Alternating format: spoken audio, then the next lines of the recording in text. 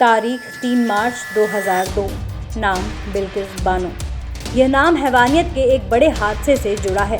अगर आपको याद नहीं तो बता दें, गुजरात के गोधरा में साबरमती एक्सप्रेस ट्रेन के एक डिब्बे में आगजनी की घटना हुई थी। घटना के बाद दंगे भड़क उठे थे। इस दौरान साल 2002 में बिल्किस बानो के साथ गैंग रेप हुआ था।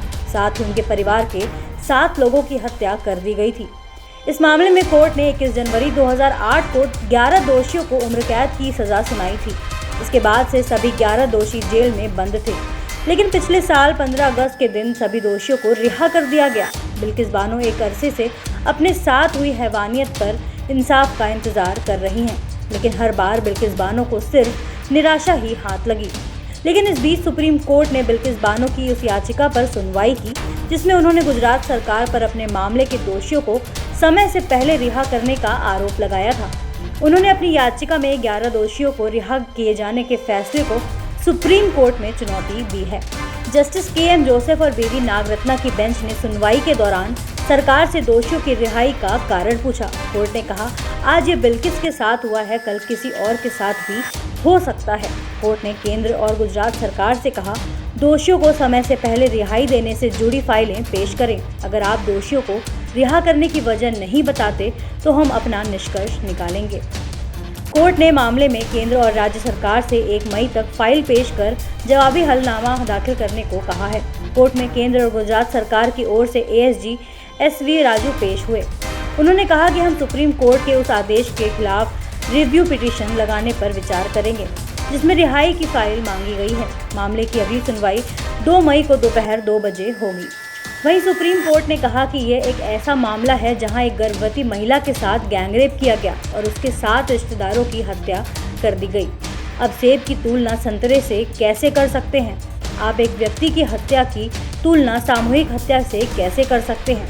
ये एक समुदाय और समाज के खिलाफ अपराध है। हमारा मानना है कि आप अपनी शक्ति और विवेक का इस्तेमाल जनता की भलाई के लिए करें। दोषियों को रिहा करके आप क्या संदेश दे रहे हैं? आइए 7 पॉइंट्स में जानते हैं कोर्ट में क्या हुआ। मामले की सुनवाई शुरू होते ही दोषियों के वकीलों ने जवाब दाखिल करने के लिए समय मांगा और सुनवाई स्थगित करने की मांग की। याचिकाकर्ताओं ने इसका कड़ा विरोध किया। जस्टिस नागरत्ना ने कहा कि जब भी मामले की सुनवाई होती है तो एक आरोपी अदालत में आएगा, वो कार्यवाही स्थगित करने की मांग करेगा।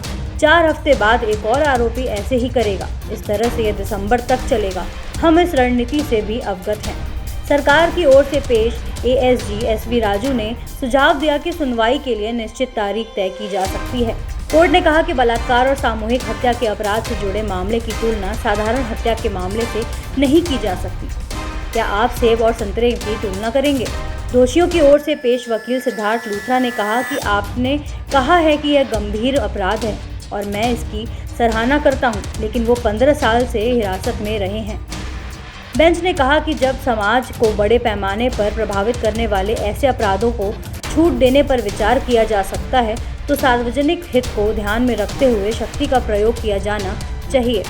जस्टिस जोसेफ ने राज्य सरकार से कहा कि अच्छा आचरण होने पर दोषियों को छूट देने को अलग रखना चाहिए। इसके लिए बहुत उच्च पैमाना होना चाहिए। भले ही आपके पास शक्ति हो, लेकिन उसकी वजह भी होनी चाहिए। ब्यूरो रिपोर्ट, सहारा समय डिजिटल। अगर आपको ये वीडियो पसंद आई हो तो लाइक और दोस्तों के साथ शेयर करना ना भूलें। देश और दुनिया की तमाम खबरों के लिए चैनल को सब्सक्राइब कर दें।